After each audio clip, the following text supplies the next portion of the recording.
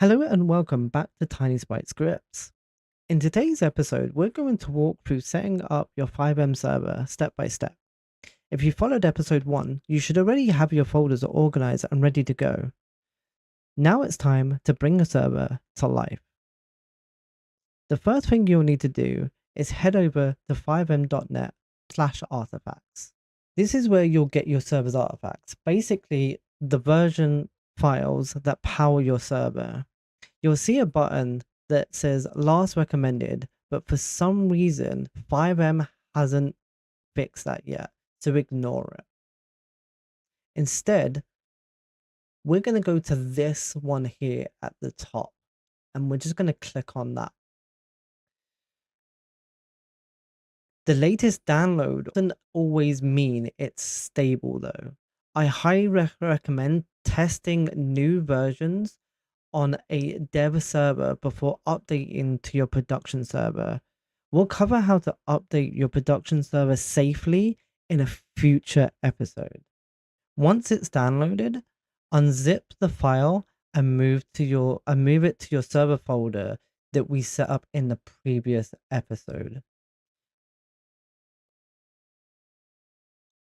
Inside this server file, you'll need to look for the fxserver.exe file. You can see it's red, so it stands out from all the others. Double click it to run it, and you might get prompted by Microsoft Defender. Click more info and run anyway. When you do that, you'll see a command prompt pop up like this, and then it should automatically open up your browser for you. Inside your command prompt and on your browser, you'll see that it has a PIN registration code. Make sure they match and then click link account. In this section, you might have to log in to CFX. I'm already logged in, so I'm just going to click continue. Then you get to the TX admin dashboard. I would highly recommend that you put your Discord ID in this box here. For the purpose of this video, I'm not going to. And then for this section, I'm just going to put a highly secure password. Just remember you make sure of this because this is your backup password. And then click register. In this section here, you're just going to want to change the server name to your server name. So I'm going to put TinySprite RP. This is where you would put your server name. Then you're going to click next. Next, we're going to pick a framework. This is basically the foundation of your server. I can cover in a future episode what these three mean if that is something that people want to know and want to know how to use. But for this video, we're just going to click popular recipes. And a quick breakdown on what these recipes are and what they do. So this FiveM basic server is literally with no framework. It's just a FiveM server that just runs. Then you got the free frameworks, and then you got two RedM frameworks. ESX Legacy, it's the most commonly used in FiveM, but honestly, it's extremely outdated and a little clunky. QB Core, a beginner-friendly, decent starting point, but very basic scripts that you will likely swap out later. And then there's Qbox, a more advanced, optimized version of QB Core that integrates Ox resources for better security and performance. But I would highly recommend that you learn some more about FiveM and Lua code and how it all works before you download a Qbox server. For the purpose of this video, we're going to start with QB Core because it's very beginner friendly. Then you come to the file path section. Hopefully this is already going through the file path that we put the server file in here that we set up in the previous episode. I am going to make a small change to this file path though, so I'm going to click change file path here, and I'm going to change the QB Core part here, which is default, and I'm going to put in my server name, just to keep it nice and clean. And then click save. Then I'm going to go to recipe deployer. In this section, this shows your recipe. And this is all pulled from the QB Core GitHub. So you can actually find this on their GitHub. You can change this if you want to. It's something that you should know more about before you start playing with this and editing it. But other people can have their own recipes if you wanted to edit it. But we're just going to click next. Then it comes to your server registration key. To do this, you're going to click on this link here that says cfx.re.portal. I already have it open up here. And you will create a server here and you can name it whatever you're going to do. I've already got one just for testing of videos. And I'm going to copy it, go back to my TX admin, and I'm going to paste it in here. This is a key that you're going to want to keep private. You're not going to want to share outside of your server. You can regenerate the key if you need to on your portal page. As I said, mine is just for the purpose of these videos, so it's not going to be an active key, and I will be regenerating it later. The last thing we're going to do on this page is we're going to click show/hide database options. And this part here, database name, I'm also going to want to change this to TinySprite RP. And again, for you would change that to your server's name. Again, it's just going to keep it nice and clean in our database and keeping everything revolved around our server name. Once we've done that, we're going to go ahead and we're going to click Run Recipe.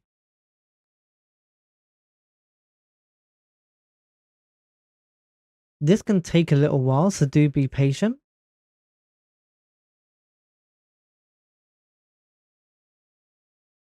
Okay, so the install is now complete. It is here 100%. It automatically opened up a new folder for me straight into this section here with the resources. What I'm going to do is I'm going to ignore this folder for now, and I'm going to go back here and I'm going to click next. This is now showing my CFG, my server config, which is all fine. I'm not going to need to touch this right now. And I'm going to click save and run server. Now this will take a minute to quickly load. It's loading all the resources. It's also building the cache file and a couple other files. So what we're going to do is we're going to leave it to build and run the server. And once it's done that for a minute or two, you can see how it keeps popping up with this yarn. This is it building. And once you stop seeing new yarn messages pop up, then what we're going to do is we're going to restart the server again. And once the server has restarted again, then we can join the server. Now it looks like it's potentially all built. I'm not getting any more prints pop up. So what I'm going to do is I'm going to come over to the left here and click this yellow button to restart the server once again. And that's going to run. And as soon as you see this, the cfx.re, that means your server is up and running. So from here, we're now going to launch FiveM. This one here. There we go. So now we've loaded FiveM. Because I'm doing this on a local server and not a VPS, we have over here connect. So we're going to connect that. Shadow Realm is my PC name. Oh, it's put me on a older game version, which is fine. We'll go over how to change that again in a future episode as well.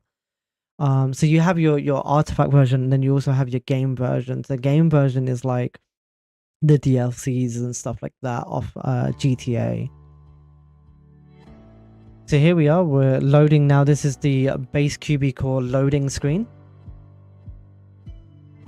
And this will take a second to load into. Again, depending how quick your VPS is or how quick your computer is actually, because this is now client side, to how quick your computer is depends on how quick it takes you to load into the server. So if you have some players that take a long time to load in, it's not that your server, it's potentially your players. So then we're in character creation right now. So now I can click this and I can go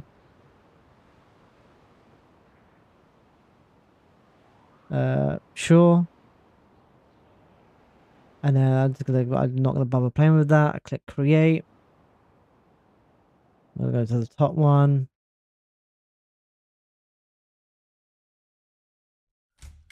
Loading. There I am, and now I'm in character creation. And just for the purposes of this video, I'm just going to click confirm. I'm not going to pick anything. And now you should be able to, you know, run around. If we come up to here, press the E as it prompts on the left, to leave apartment. And now I can walk outside.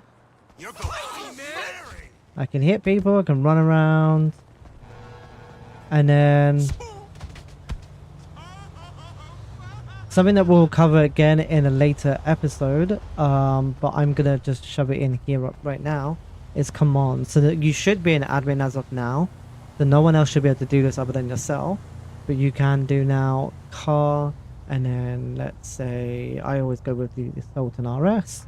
And now you can spawn yourself a car and drive around.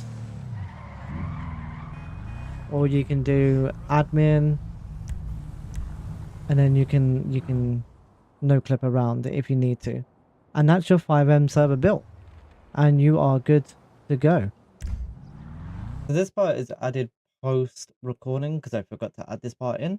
But essentially what you once you've done that and you've got your server set up and you've tested it and you can drive around, what you need to do is go back to your desktop GitHub where we set things up in the first episode, and now we need to commit those changes, your server files, to your GitHub. But what we need to do first is we're going to need to ignore some files. So as you can see here, you got like the server files.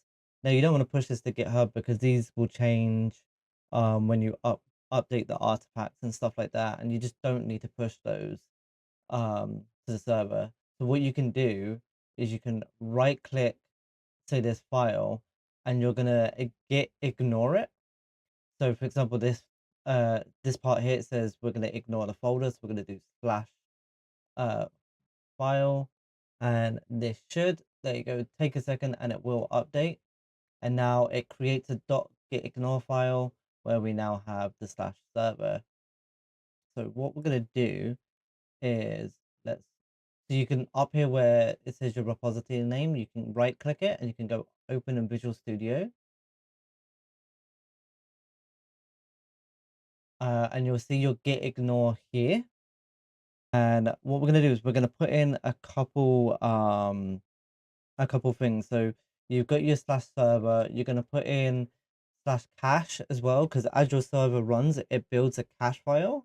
And we don't need that cache file to be on GitHub because it would take up so much space, and it would take forever for your developers to download the repo or you to download the repo in the future, and so on and so on.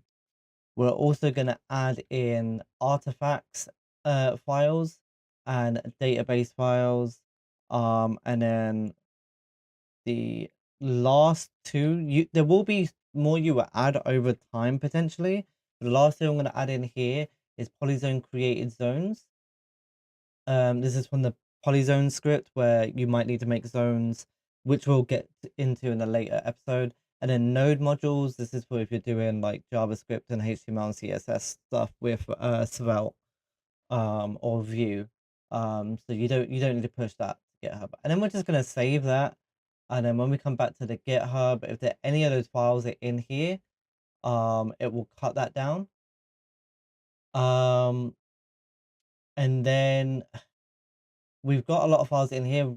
Realistically, what I would have done, oh, still showing, yeah, still actually showing cache files for some reason. So what you can do is if it's still showing files that you don't need, and you can also move this out so you can see the the names properly. It might not have just updated properly yet, but let's right click this, and what we're going to do is we're going to go here,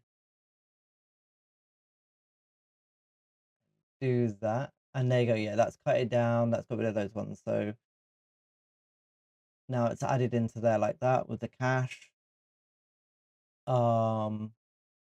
And just having a little look through this, it looks fine. It's still, there's a lot of files in here for that what I would want to push. General rule, like I've got 2,500 pushes here. General rule is you want to push anywhere between like obviously 0 to like maybe 500 files or 300 files. It all kind of depends on your computer and your internet connection. If you've got a good computer and a good internet connection, then you can probably push more files. But there's also a size limit on GitHub as well. I'm not 100% sure what it is, but like you can't, for example, maybe push more than like 2 gigabytes or 1 gigabyte. So yeah, anyway, what you want to do is I'm just gonna, for example, and I like to do this thing where I go commit, and then in brackets here I'd put, if it's a certain file or script that I'm working on, I'd put that on here. So I'm just gonna put server because at the moment it's all the server files, and then this is the initial commit or initial setup, and then you click commit down here, the blue button. Now that may take a while to process, and then what it'll do is up here where it says fetch origin, it will show their push, and again that might take a while. Now if you got too many files or it's over like say 2-3 gigabyte, whatever the limit is, it might say that it can't do it. So then you'll have like an undo button down here that you can click. You undo that button, it will put all these back here, and then basically what you have to do is just untick and then just tick, X amount of files at a time. Once you push these, this is the only like long part of getting them all pushed to GitHub. Once they're pushed, it's not a big deal at that point. Like you'll only change, like make pushes when you add scripts, add maps, or if you make small changes. Just make sure you push your commits regularly, because if, for example, like say I make a change in the police job script, that causes an error and messes up everything, it's going to be harder to revert that change if I've also pushed that with 10 other changes.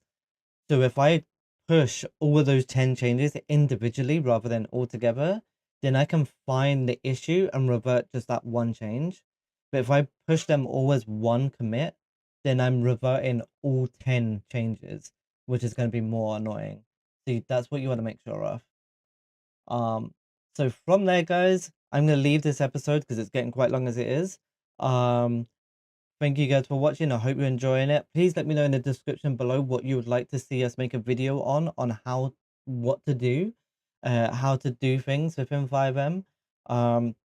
In this series, we are going to try and cover how to make polyzones, how to set up locations in certain people's scripts. We're going to basically be focusing mainly around either our own scripts or around Jimothy's scripts. And then we're going to just cover maybe how to set up certain scripts. So one common one we know is gym mechanic. So we're going to cover how to set up gym mechanic, and then we might go over how to set up some of our own scripts as well. So yeah, please let us know in the comments below what you'd like us to cover. Is there anything in particular that there isn't good enough videos out there, or anyone that shows how to do things, and we'll see if we can cover that. But yeah, thank you guys. Make sure you leave a comment, subscribe, leave a like, and we'll catch you guys in the next video.